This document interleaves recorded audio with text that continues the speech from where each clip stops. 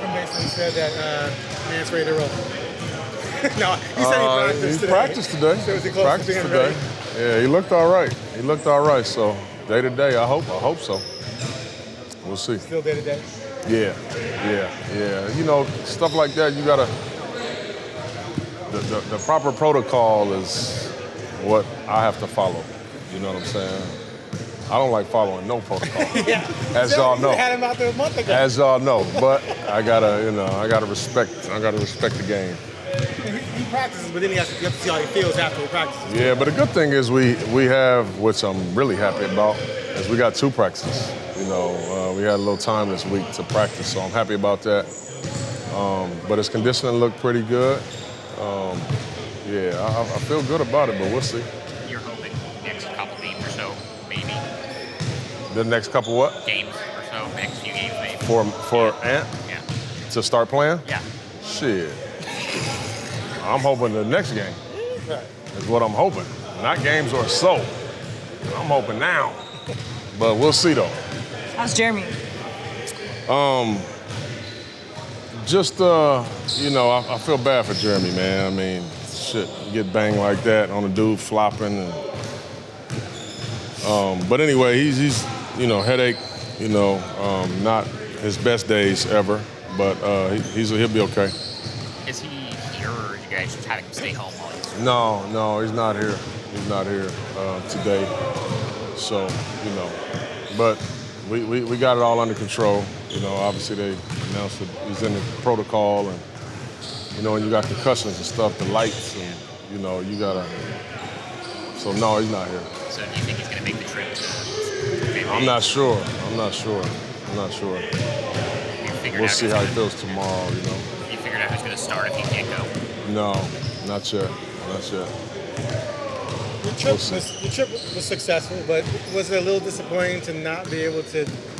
And obviously, you can't disrespect any NBA team regardless of who isn't playing, but a team losing its 2 best scorers and kind of struggling, and to not close it out, was that disappointing? Yeah. That game was disappointing. The Utah game was disappointing. But as we know, because we've been on the other side so many times, it's a tough game to play. I know my guys were tired, and y'all know I don't do the excuse thing, but we go on an 8-day trip, man. We in 4 different time zones and 4. It was just tough. And then the last game of the trip is always very difficult. So even if their guys would have played, Markkanen and Jordan, it would have been a tough game. But I've always just thought that these are all NBA players, and if you don't have it's not about a respect thing. I think we all respect them, but what you don't have is most of these guys haven't played a ton of minutes. So scouting them, you're like, damn, what is he? Oh, man, he got 14. Oh, he can shoot. Like things like that end up hurting you. But it really wasn't that to me. It was our lack of focus from trying to keep them off the offensive glass. They're the best in the game, So whether their guys play or not, they play the same way. And that just hurt us, man. I thought that won the game for them. Chauncey, can you attribute the increased accuracy of three-point shooting to anything recently? I think you guys are shooting around 40% in your last 5 games. I think for the season you're at like 32%. So. Well, I think, I think even before we started shooting it well, we're a much better shooting team than those numbers, say, the 32%. And so, that was, to me, that all had to do with just us not creating the right shots or us forcing shots or, not working hard enough to get the right shots. And now we've done a better job of creating and getting better looks. And I think having some guys back, makes other guys' legs a little fresher, because we were overplaying everybody, just to kind of stay in this, compete, stay in the game. So that has an impact on the shots and stuff. But I think as the season goes on, we start to get better knowing our spots, knowing where we'll be at, knowing the shots that I might possibly get. Now I can work more on those shots.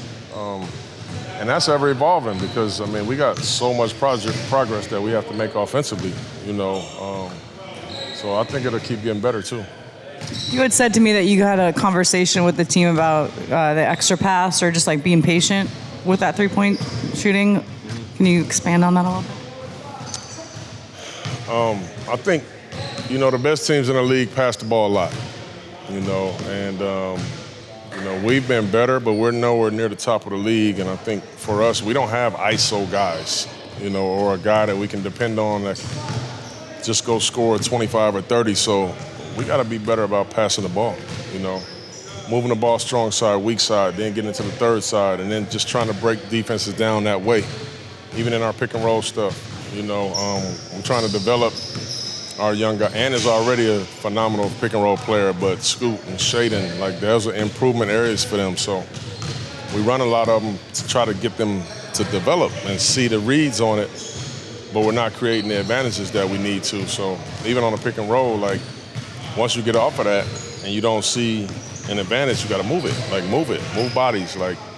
So we've done a lot of drill work with that stuff, that type of stuff lately, and I think it's been much better for our passing. And today was a big day. We talked about passing, you know, we talked about screening, like just a lot of things like that we could be so much better at. So it's you know, building something is tough, you know, and you have some painful days, but it's also rewarding, you know, when they do it right. Whose dunk was better, Tumani or Shaden? Ooh, whose dunk was better?